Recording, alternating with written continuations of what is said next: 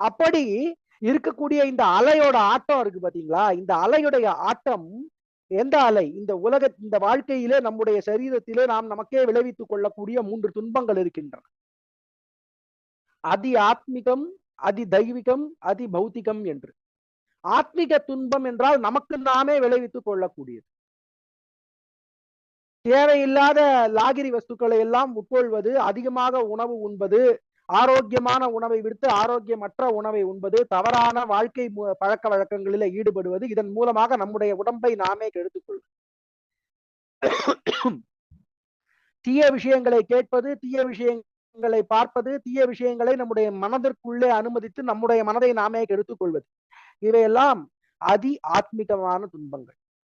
பிறகு அதி பௌத்திகமான துன்பங்கள் இருக்கின்றன. அதி பௌத்திகமான துன்பம் என்றால் பிறரால் நமக்கு நடக்கக்கூடிய, இந்த உலகத்தில் இருக்கக்கூடிய பிறரால் நமக்கு நடக்கக்கூடிய துன்பம், அதுவும் இருக்கிறது.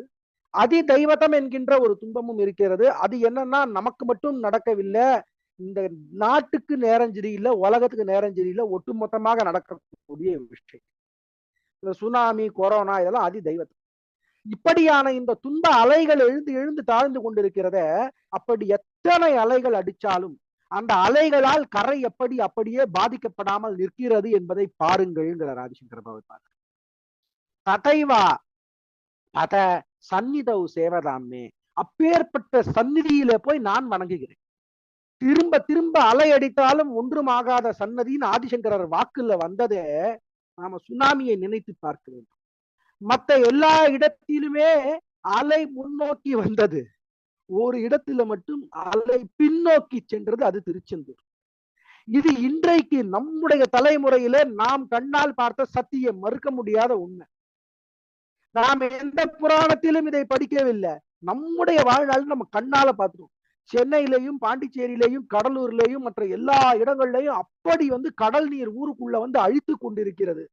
அழித்து கொண்டிருக்கும் போது ஒரு இடத்துல, அந்த இடத்துல வேலை ஊனி கொண்டு நிற்கிறான் முருகன்.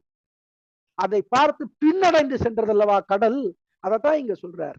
என்ன சொல்கிறார்னா, யதாப்தே தரங்காலயம் யாந்தி துங்கா, எந்த இடத்தில் அலைகள் எல்லாம் அடங்குகிறதோ, முருகனுடைய பக்தர்கள் அவர்களுடைய மனதில் இருக்கக்கூடிய துன்பங்களோடு முருகன் முன்னாடி போய் நின்றால், முருகன் துன்பத்தை பார்த்து சொல்லுவான், டேய் அது ஏன் பக்தனோட மனசு, நான் இருக்கிற இடம், நீ கொஞ்சம் அடங்கு. அலையை பார்த்தல, எவ்வளவு பெரிய அலை வந்தாலும் கரையை தாண்ட முடியாது, எவ்வளவு பெரிய துன்பம் வந்தாலும் என்னை தாண்டி என் பக்தனை ஒண்ணும் செய்ய முடியாது என்று ததைவா பத சந்நிதவு சேவதாம், அத்தகைய சன்னதியை நான் வணங்குகிறேன்.